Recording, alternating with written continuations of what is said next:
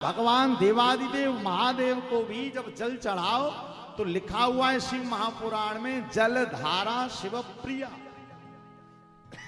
जल की धारा शिव जी को प्रिय है, जल की धारा। इसी कारण आपने देखा ना वैशाख इत्यादि में हम लोग तिपाई लगाकर बाबा के ऊपर रखते हैं जब गर्मी आती है। एक और बात याद रखिए, घर पे जब नर्मदेश्वर शिवलिंग रखें घर पर तो भगवान का अभिषेक करने, भगवान कहीं कहीं हमने देखे नर्मदेश्वर एकदम सूखे से दिखाई देते हैं, ऐसे नहीं करना चाहिए। उन पर बढ़िया गाय का देसी घी लेपित करके रखिए, प्रतिदिन अभिषेक करिए। कहते हैं घर पे रखे शिवलिंग यदि ज्यादा रूखे होंगे ना तो घर में रोग बढ़ने लगते हैं, और यदि भगवान जितने तरल अवस्था में होंगे, भगवान जितने गीले होंगे, भगवान जितने चमक रहे होंगे तो घर से कोई रोग घर पे आएगा ही नहीं। नर्मदेश्वर महादेव को घर पे रखने का इतना बड़ा विधान है कि ब्रह्मा जी ने भी यदि अकाल मृत्यु लिख दी है और घर पे यदि नर्मदेश्वर शिवलिंग रखे हुए हैं तो भैया याद रखना घर पे कभी अकाल मृत्यु नहीं हो सकती। क्यों? क्योंकि काल उसका क्या बिगाड़े जो भक्त हो मेरे महाकाल का, काल उसका कुछ बिगाड़ नहीं सकता। तो भगवान देवादिदेव महादेव के प्रसाद की महिमा है, नर्मदेश्वर के प्रसाद की महिमा है। घर पर रखने वाले, अब घर पर कितने बड़े नर्मदेश्वर रखे तो लिखा है इस अंगूठी के बराबर तावत तिष्ठ दशांगुलम, इस अंगूठे के बराबर शिवलिंग घर पर रखना चाहिए। आपको पता है एक बहुत बड़े शिव भक्त हुए काशी जी के, काशी परंपरा के, तो कहते हैं कि जब सफर में वो रहते थे तो अपने अंगूठे को शिवलिंग मानकर उसी पर दूध दही घी शक्कर शहद चढ़ा लेते, इसी को शिव मान लेते, क्योंकि भैया शिव वही है जो सर्वव्यापक है, जो ब्रह्म है, जो विभु है। और यार लिखा हुआ है कि अकेले एक शंकर जी ही ऐसे हैं जिनकी दो दो रूपों में पूजा होती।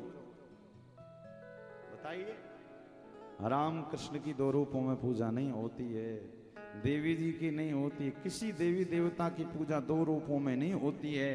अकेला मेरा देवादिदेव महादेव ही है जिसकी मूर्ति के रूप में भी पूजा होती है और जिसकी शिवलिंग के रूप में भी पूजा होती। बड़े बड़े देवता किसी की नहीं होती, केवल महादेव की दो रूपों में होती। और जो मूर्ति होती है उनको महेश्वर कहा जाता है, और जो शिवलिंग है उनको नर्मदेश्वर। तो ऐसे भगवान के प्रसाद की महिमा है।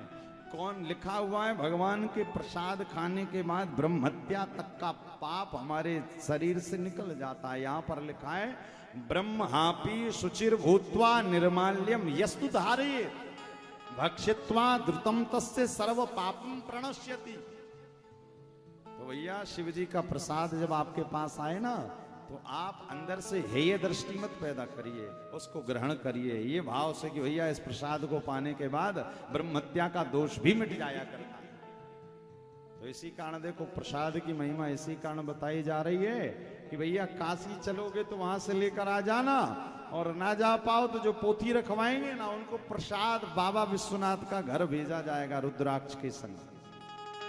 क्या आज भगवान नंदीश्वर ने वेद व्यास जी से बताया, भगवान सूत जी ने शौनकादि ऋषियों को भस्म रुद्राक्ष और शिव नाम के महात्म का वर्णन बताया। देखिए भस्म रुद्राक्ष और शिव नाम ये त्रिवेणी कही गई। यदि कोई भक्त किसी कारणवश त्रिवेणी संगम नहीं जा पा रहा है, स्नान करने नहीं जा पा रहा है, बहुत अभी जैसे कुंभ लगा था, महाकुंभ प्रयागराज, कई सारे लोग भीड़ के कारण नहीं जा पाए, भैया हमें ये रोग है हम जा नहीं सकते, किसी को श्वास की बीमारी है, तो लिखा हुआ है कि भस्म रुद्राक्ष और शिव नाम ये साक्षात त्रिवेणी का रूप है। जिसके पास भस्म है, जिसके पास रुद्राक्ष है, जिसके पास भगवान शिव का नाम है, उसके घर में साक्षात प्रयागराज रूपी त्रिवेणी बह रही। क्या क्या? भस्म रुद्राक्ष। यहां पर लिखा हुआ यत्र त्रयं सदा तिष्ठेदेक्षु भत्तरं द्विजा तस्य दर्शन मात्रेण वेणी स्नान फलम लभे। देखिए क्या लिखा है, यत्र त्रयम सदा तिष्ठेदेक शुभतरम द्विजहा। जिनके घर में क्या क्या है, जिनके घर में भस्म है, जिनके घर में रुद्राक्ष है, जिसके मुख से शिव नाम निकलता है, उसके घर पे साक्षात त्रिवेणी है। क्या लिखा है? शैवम नाम यथा गंगा। देखिए शिव महापुराण का एक कितना बढ़िया श्लोक है।